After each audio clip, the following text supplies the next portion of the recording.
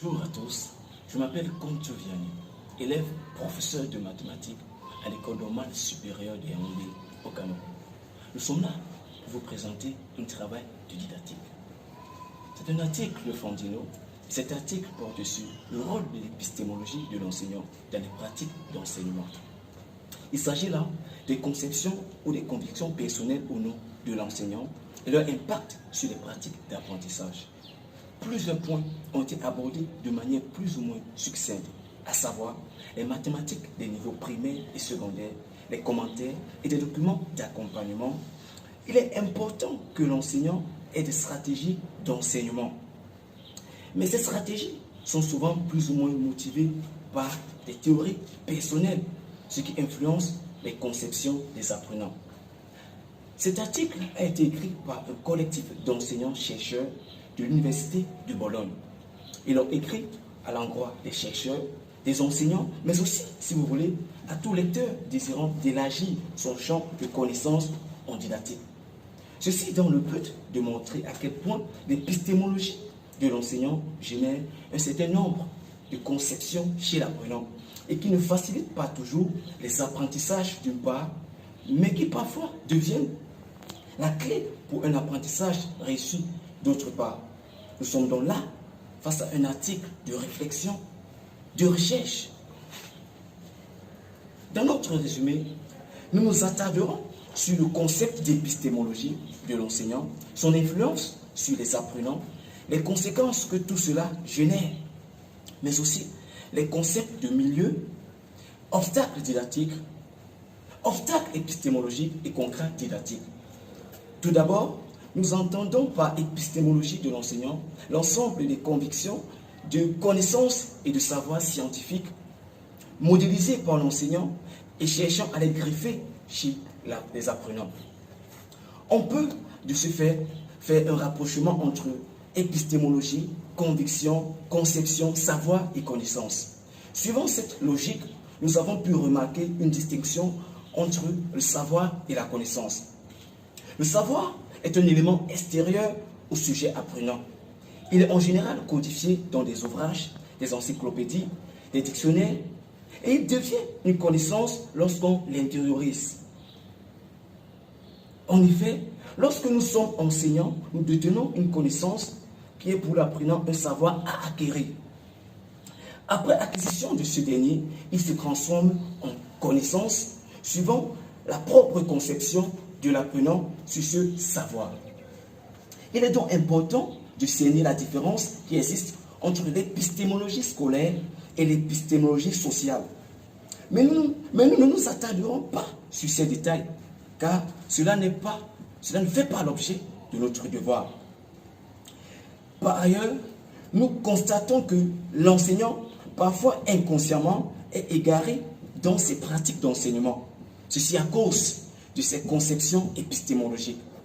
Certes, les conceptions des enseignants influencent beaucoup les apprenants. Nous allons montrer que le plus souvent, c'est de manière non didactique. Cependant, le concept de milieu est un élément factoriel dans le processus enseignement-apprentissage. Il sera donc question de mettre l'apprenant dans une position d'autonomie. Ceci pour qu'il participe à l'acquisition de sa connaissance et qu'il limite raisonnablement ses incertitudes. Dans un système éducatif, les savoirs scolaires sont transformés en connaissances. Ceci par le biais de l'enseignant qui fait de l'étudiant un apprenant dans un concept bien précis. C'est ce que Rousseau a appelé l'hexagone didactique. Cependant, l'enseignant est confronté à certaines difficultés dans la transformation du savoir. C'est ce qu'on a appelé l'hexagone didactique. Cependant, l'enseignant est confronté à certaines difficultés dans la transformation du savoir. C'est ce qu'on entend par obstacle épistémologique. En d'autres termes, de nombreux malentendus et difficultés qui se cachent à l'intérieur d'un savoir local. Ce concept participe à la formation de la conception épistémologique de l'apprenant et joue un rôle clé dans la transformation des savoirs en connaissances. Nous assistons à l'application de deux formes d'épistémologie lorsque l'enseignant a recours à l'analogie pour aider l'élève. De ce fait, l'activité de l'élève doit répondre à deux contraintes incompatibles qui sont déterminer d'une part les conditions didactiques qui impliquent une réponse originale et l'organisation des connaissances d'autre part. Les conditions qui ont pour but de générer des réponses attendues et indépendantes des modalités de production.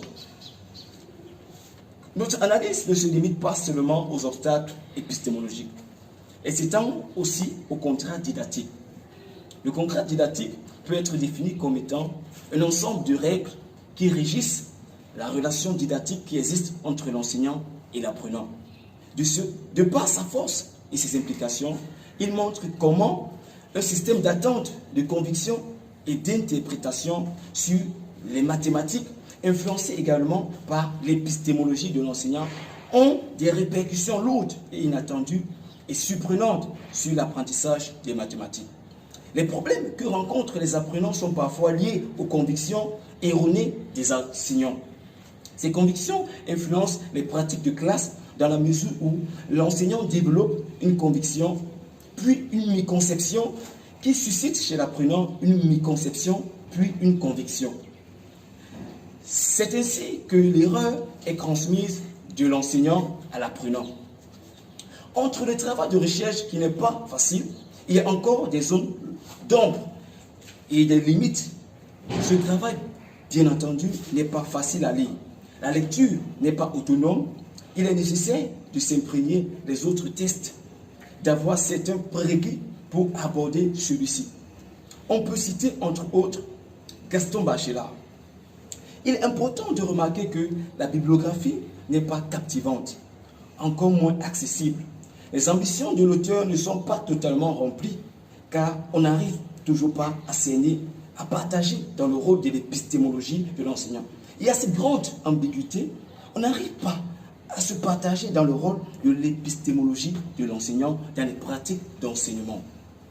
Les connaissances et les démarches sont légèrement convaincantes, mais des questions demeurent, parmi lesquelles la complexité de l'épistémologie de l'enseignant qui